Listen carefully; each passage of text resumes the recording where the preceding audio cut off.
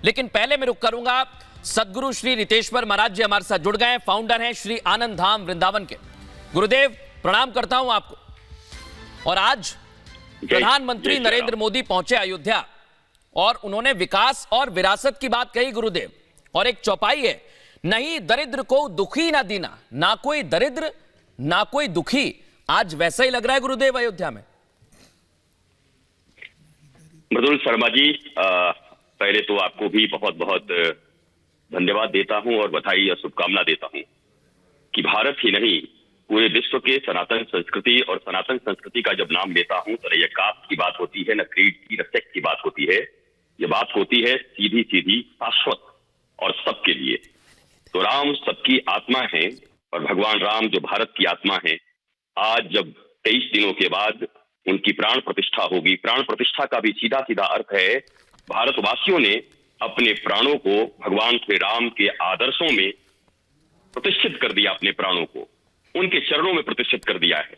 धर्म के अनुरूप ये शासन और सत्ता चले और ये राष्ट्र चले और राष्ट्र भक्ति का द्वार ऐसे ही बढ़ता जाए। प्रधानमंत्री जी आज जब गए तो एक बड़ी अद्भुत बात देखने को मिली कि प्रधानमंत्री की स्वागत सारी जनता ने, अयोध्या के लोगों ने भगवा ध्वज से किया। भगवा ध्वज का अर्थ होता है सूर्य, सूर्य का अर्थ होता है ज्ञान, अर्थात ज्ञान और धर्म के मंदिर की स्थापना के लिए पूरे अयोध्या के लोगों ने पूरे विश्व की तरफ से प्रधानमंत्री का स्वागत किया। और प्रधानमंत्री ने हरा ध्वज लेकर के अयोध्या ही नहीं परंतु सारा विश्व, क्योंकि अंतर्राष्ट्रीय हवाई अड्डा का बनना, उसके बाद वो भी महर्षि वाल्मीकि जी के नाम पर, गुरु ही गोविंद से मिलाते हैं। तो आज गुरुदेव वाल्मीकि की सहायता से गोविंद श्री राम से मिलना इतना सहज हो गया। 20 महीनों के भीतर किसी भी देश में अंतर्राष्ट्रीय हवाई अड्डा इतना बड़ा बनाना, यह भी एक चुनौती का विषय है। वहां पर अयोध्या धाम जंक्शन बनाना, हाईवेज बनाना, 16,000 करोड़ से ज्यादा के विकास की घोषणा करना और चीजों को तैयार करना।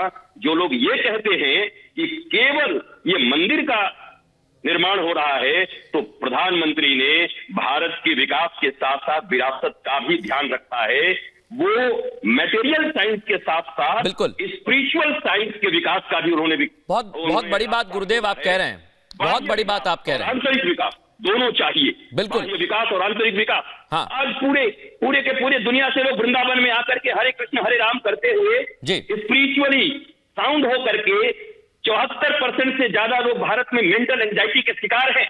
उस मंदिर में राम के आदर्शों पर खड़े होकर के उनका दर्शन करके भारत की भारतीयता जगी है, भारत का सनातत्व जगा है, भारत के भीतर में जागरण जगा है।